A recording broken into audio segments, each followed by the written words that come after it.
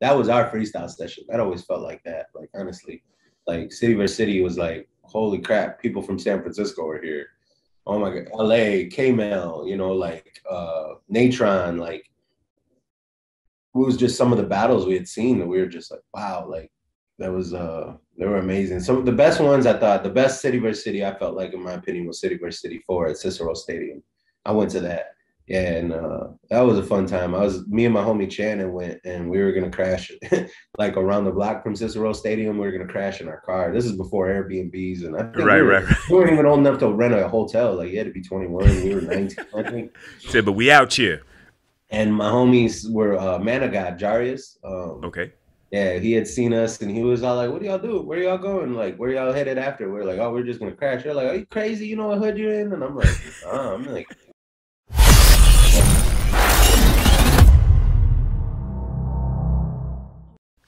Salute to the subscribers, those that live beyond the Cypher.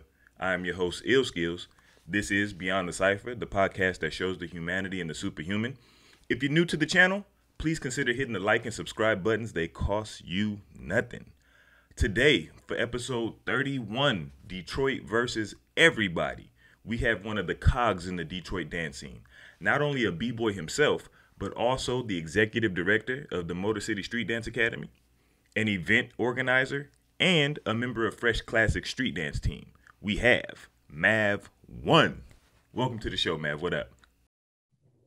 good man. I'm over here, chilly. No doubt, no Yeah, doubt. it just got like cold. We're hitting our first snow, like actually sticking out here. So Okay. yeah. And I'm in Yeah, this man, that's old crazy because crib. of course, a couple weeks ago was my first time ever in Detroit.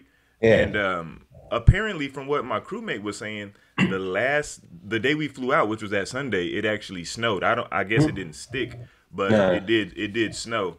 And Yeah. I was like, damn, I'm glad I got up out of there. But even before the snow, man. And there is some more wind to brace for today. Kevin Jeans is tracking those gusts and temperatures as you start your Saturday. Kevin? This is going to be a tough Saturday to get through, Jen. I mean, I think the nicest part about the day today is going to be right at sunrise through about 9 o'clock or 10 o'clock this morning before the wind gets too strong after that. So Y'all's wind, man, it's crazy. I remember we was walking downtown. We hit this corner around this building, and that wind hit, man. I reversed like that old school drop video. Remember drop when everything was going in reverse? Man, I hit it. Yeah, hell yeah, man. That wind hit me, and I couldn't hit back, so I stepped back. You know what I'm saying? But anyway, Didn't they do that video in like it's not really shot in reverse? Like they just reversed themselves. Exactly. It like shot forward. Yeah, it was a shot forward, but them acting in back in reverse. That was cool. I forgot about that. Yeah, no doubt. That was a Dilla beat too. Huh? That was a Dilla beat too. Oh yeah, for sure. Yeah, exactly. Yeah. And I remember that. Not to get off topic, but I remember that was my sophomore year in high school when that came out, and I remember, man, every car going by.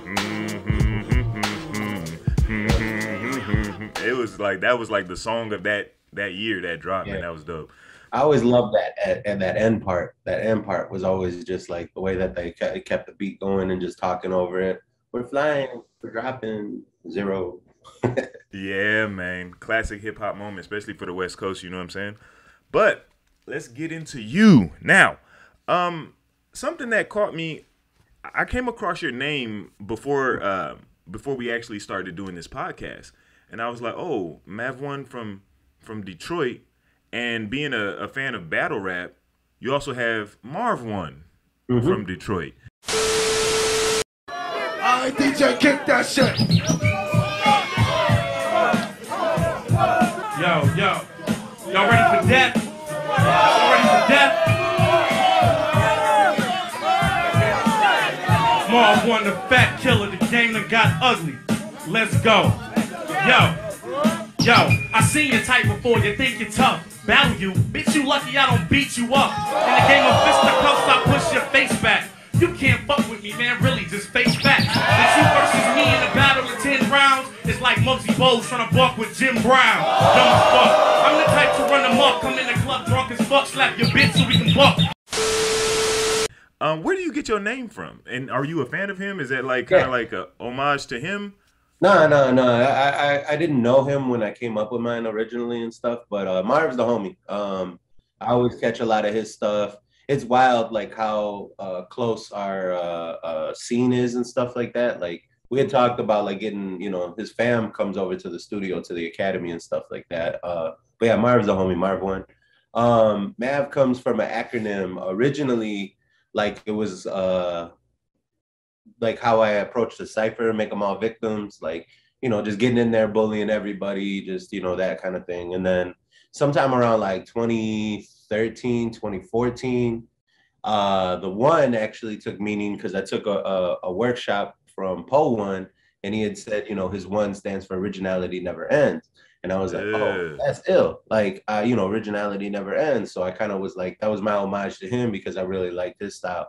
I was like, now the one's got a place. And then I noticed like Max One, Cross One, you know, everybody was a one. So I was like, you know, I liked it. It just was, it fit. And then like 2016, right before I opened up the academy, one of my students at one of the places I taught at, they were coming up with names, and it was like, well, make acronyms and stuff. And they were like, what's yours? What's your acronym for? And I told them it's like mad at vegetables, and they started laughing.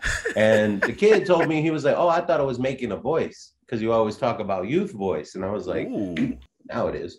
Right. So I was like, I asked the shorty, I was like, yo, could I run with that? And he was like, yeah, cool, you're my teacher, of course. So one of my students like kind of, you know, gave it a new meaning. And then as time moved, it just really stuck with that. And then yeah, the kid, it was because I'm real big about like youth voice, like inside of the culture, inside of my spaces. The way I approach my like pedagogy of like teaching is based on like youth voice empowerment, as opposed to I'm the OG, I'm the vet, and here's how it goes, and don't question it. It's like, well, you know, like as we realize like hip is being younger and influenced by like us older generation being influenced by the younger generation. We get older, we ain't as hip anymore and stuff like that. So like hip hop, you know, that's kind of how that's always run together. And then yeah, and then it just, you know, as it I named myself. I know that was like, oh, I've always been like, okay, if the older dudes are gonna tell me what to do, I'm not gonna do it. You know, like, and it was just because I was like, you know, I was heavy punk, you know, and stuff like that. I was like big into that stuff, and like I just like counterculture everything. Like whatever the opposite of the norm was, I always kind of followed, even with like my approach to breaking, and went from being more abstract to like, then that became normal to like being more foundational because that wasn't the norm.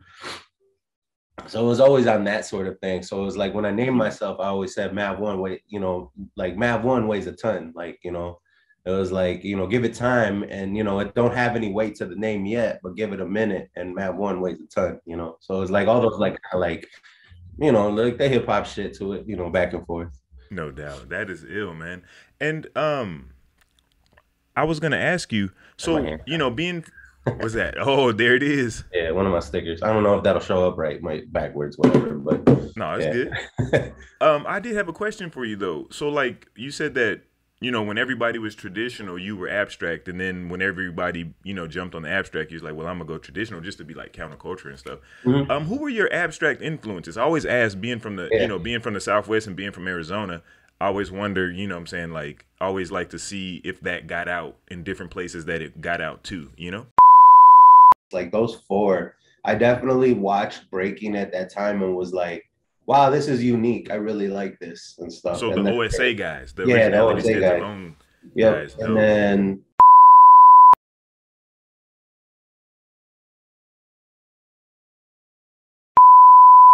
for more quality content from Beyond the Cypher with Illskillz, don't forget to press the like and subscribe buttons. Also, feel free to follow us on Facebook and Instagram at Beyond the Cypher. Let us know how we're doing down in the comment section, and to make sure you don't miss anything from the channel, smash that notification bell. We appreciate the love and support. Peace. Into the next episode.